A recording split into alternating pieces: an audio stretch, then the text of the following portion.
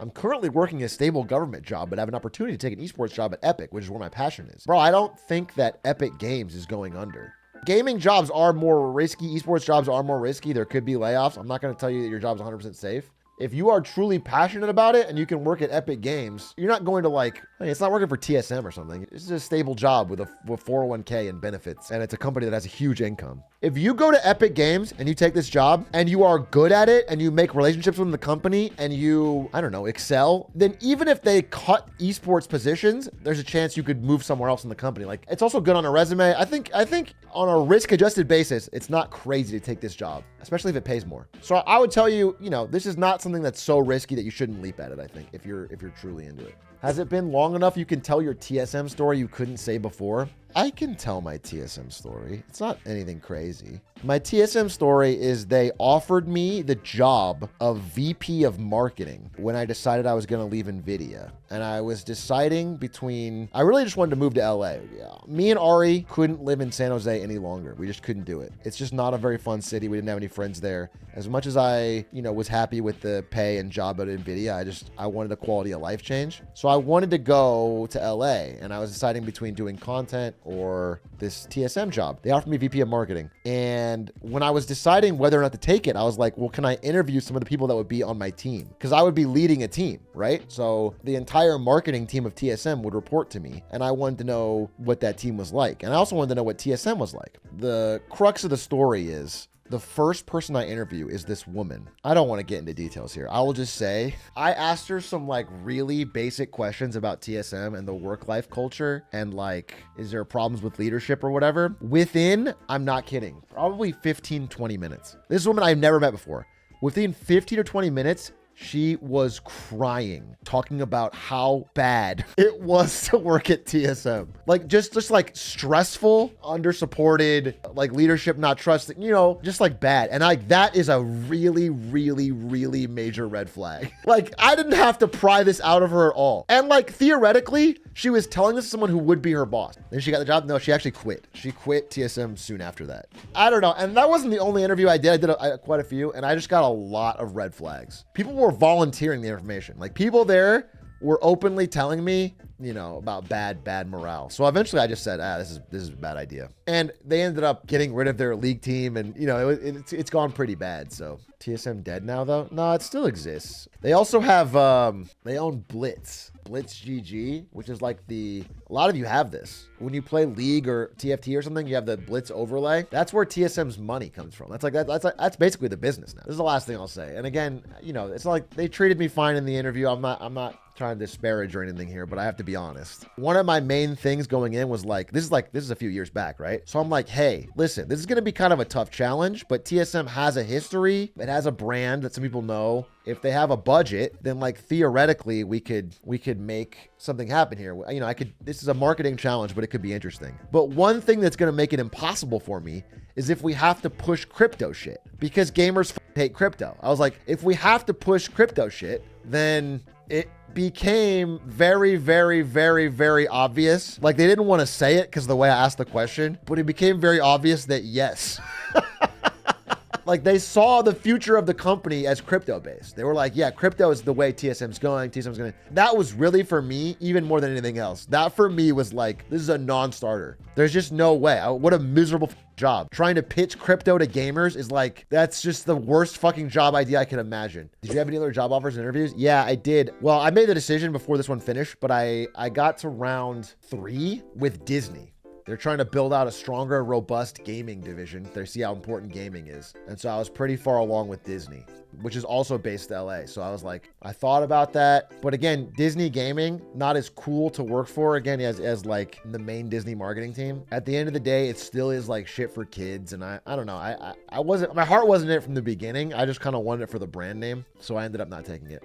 Did you apply for other game-related companies? It wasn't about games for me. It was about getting to LA. My idea, no matter what, was kind of just to go to I'll be honest with you. I'm going to tell you my actual plan. Whether I went to TSM or Disney or Riot or anywhere else, the idea was always to get them to pay for my move and do like a year there and then quit and do content. I just thought I needed more time. I thought I just needed more time. Because I was already making more, at the time, I was already making more money from content than from Nvidia. And like no one in LA is gonna pay as much as Nvidia. So I was like, you know what? I just need to like keep working on this, but I need someone to pay for all my move and all my shit, and content must have been enough to move on its own. It was, that's what I did. But it's just like, why not get somebody? I was risk averse, you know? I was like, it'll just be easier to move if I like have somebody handle everything. So that was the plan.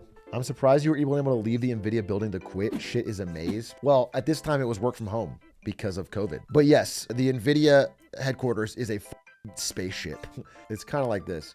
It's like all triangles, pure white, sterile hallways. It's so easy to get lost. Finding a meeting room, no signage. All the meeting rooms are labeled like Galactus. You know, it's just some name. And like, where is that? I don't know. I have to fucking go find it. No green. No, dude, this is the building I worked in.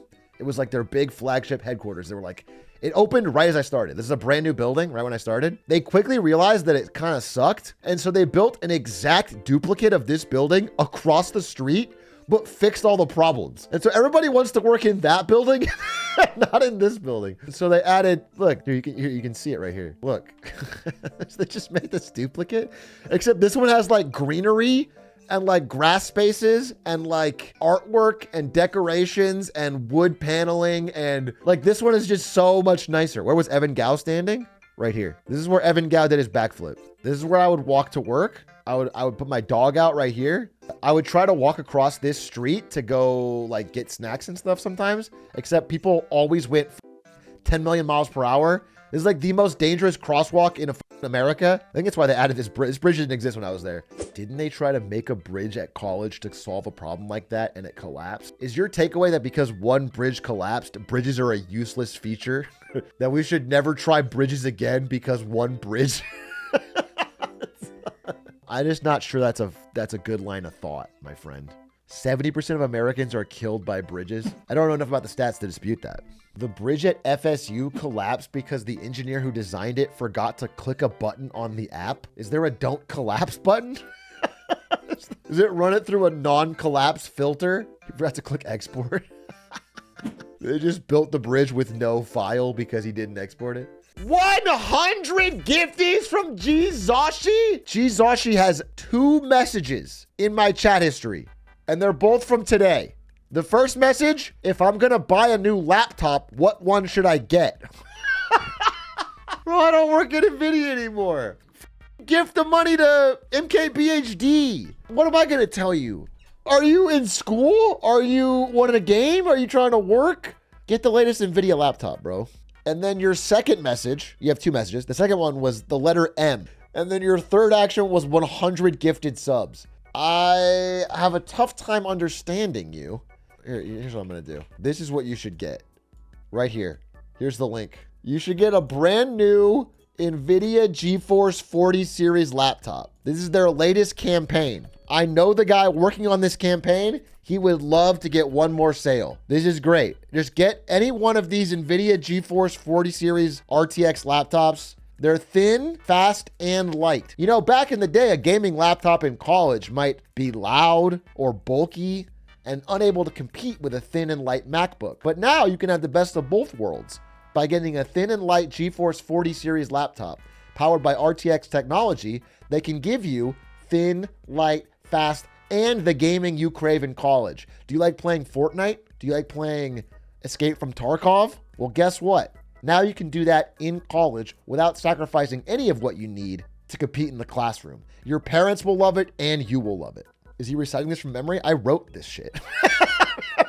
I worked on the laptop campaign like 3 years straight, dude. I was like, it was all for back to school. We did so much research. You find out, you know, we did research for this. You find out that most kids, you know, not most, but there's many kids in college that want to play video games on their laptop. That's what they want. But their parents don't want to buy them a gaming laptop, number one. And number two is they're afraid. They're deeply afraid of pulling their laptop out of class and being laughed at. Their number one thing is they're afraid like everyone's gonna have a MacBook, they're gonna pull their laptop out and it's gonna be too loud or bulkier. And so we had to really hammer home that these laptops are not like the Alienwares used to know. They look great, they're thin, they're light, they're powerful, and just as a bonus, they crush at games. And then also you had to find like stuff for the parents, like video editing, comp sci stuff. There's a lot of programming stuff. There's like AI and robotics models. All this stuff is better with a GPU. And so it would help you in school. Big A, when are you releasing Enron style GPUs? So much to unpack there. When am I